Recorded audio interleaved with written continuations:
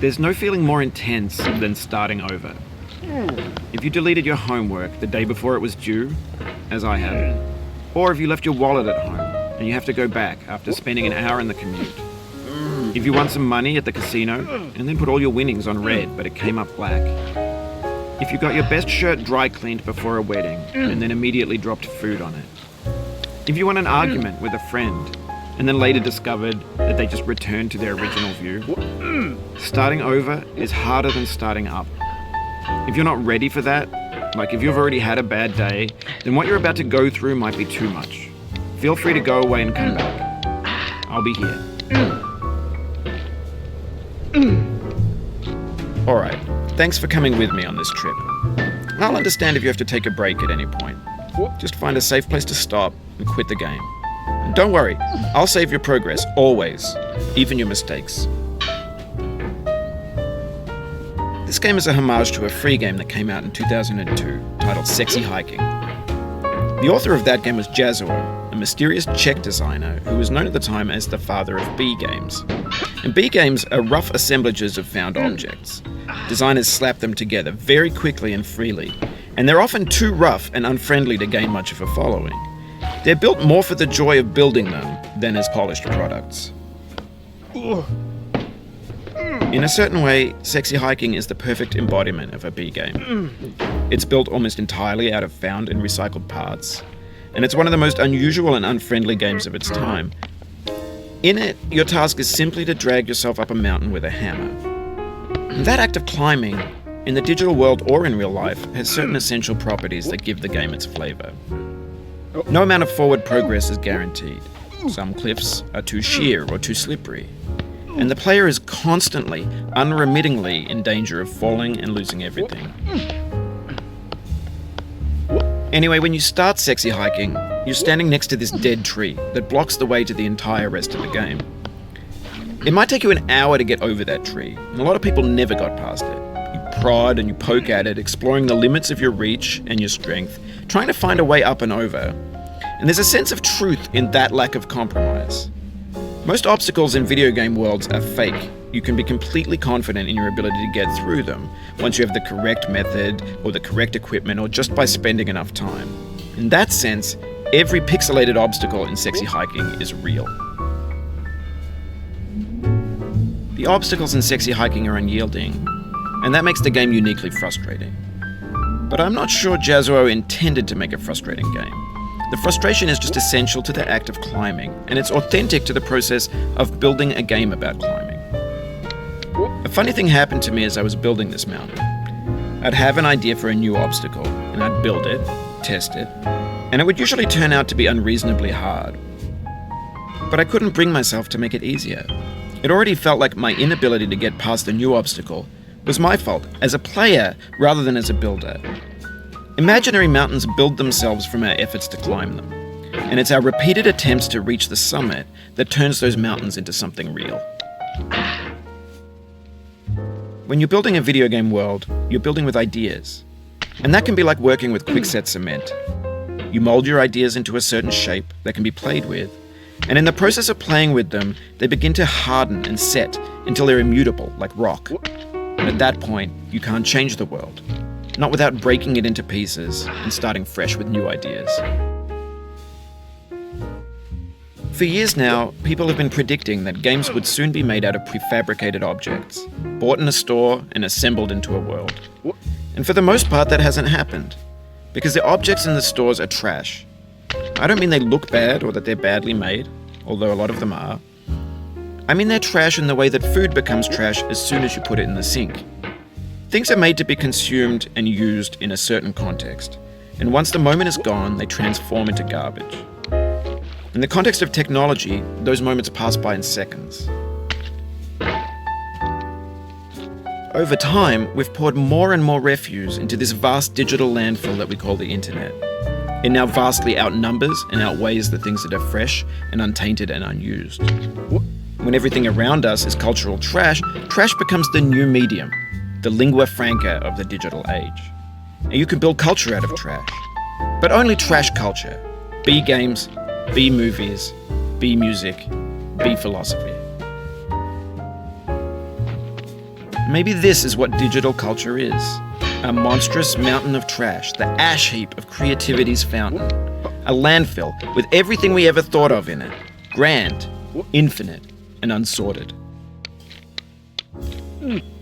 There's 3D models of breakfast, Gen X's fanfic novels, Scan magazines, green screen Shia LaBeouf, banned snuff scenes on LiveLeak. Facebook's got lifelike bots with unbranded adverts and candid shots of Kanye and Taylor Swift mashups, car crash epic failed GIFs, Russian dashcam vids, discussions of McRibs, discarded, forgotten, unrecycled, muddled, rotten, untitled. Everything's fresh for about 6 seconds, until some newer thing beckons, and we hit refresh. And there's years of persevering, disappearing into the pile, out of style, out of sight. In this context, it's tempting to make friendly content that's gentle, that lets you churn through it but not earn it. Why make something demanding if it just gets piled up in the landfill, filed in with the bland things? When games were new, they wanted a lot from you. Daunting you, taunting you, resetting and delaying you. Players played stoically. Now everyone's turned off by that. They want to burn through it quickly. A quick fix for the fickle, some tricks for the clicks of the feckless. But that's not you, you're an acrobat. You could swallow a baseball bat. Now I know, most likely you're watching this on YouTube or Twitch, while some dude with 10 million views does it for you, like a baby bird being fed chewed up food. That's culture too. But on the off chance that you're playing this, what I'm saying is, trash is disposable, but maybe it doesn't have to be approachable. What's the feeling like? Are you stressed? I guess you don't hate it if you got this far. Feeling frustrated? It's underrated. An orange is sweet, juicy fruit locked inside a bitter peel. That's not how I feel about a challenge. I only want the bitterness. It's coffee. It's grapefruit. It's licorice. It feels like we're closer now. Composer and climber, designer and user. You could have refused, but you didn't. There was something in you that was hidden, that chose to continue. It means a lot to me that you've come this far, endured this much. Every wisecrack, every insensitivity, every setback you've forgiven me is a kingly gift that you've given me. We have the same taste, you and I. It's not ambition, it's ambition's opposite. An obdurate mission to taste defeat.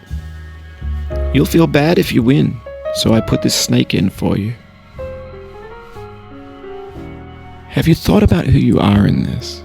Are you the man in the pot, Diogenes? Are you his hand? Are you the top of his hammer? I think not. Where your hand moves, the hammer may not follow, nor the man, nor the man's hand. In this you're his will, his intent, the embodied resolve in his uphill ascent. Now, you've conquered the ice cliff, the platforms, church and the rectory, the living room and the factory, the playground, the construction site, the granite rocks and the lakeside. You've learned to hike.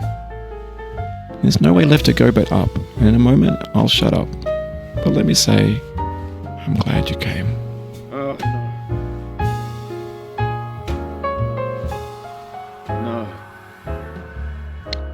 I dedicate this game to you, the one who came this far. I give it to you with all my love.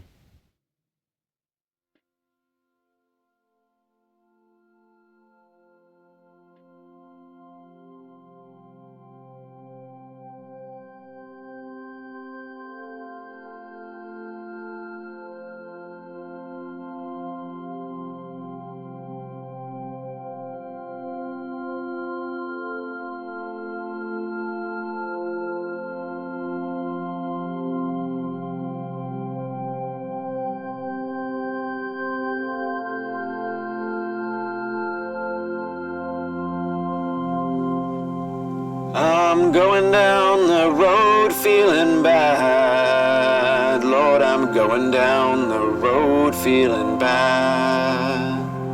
I'm going down this road feeling bad, and I ain't gonna be treated this away. I'm going where the chill wind never blows. Lord, I'm going where that chill wind never blows. I'm going where that chill wind never blows, and I ain't gonna be treated this away.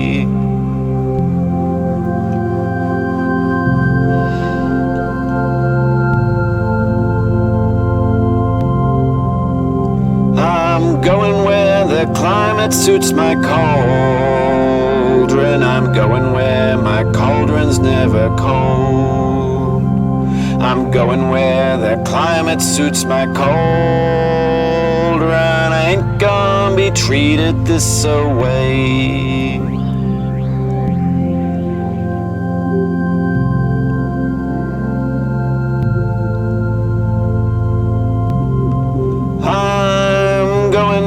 This road feeling bad, Lord, I'm going down this road feeling bad.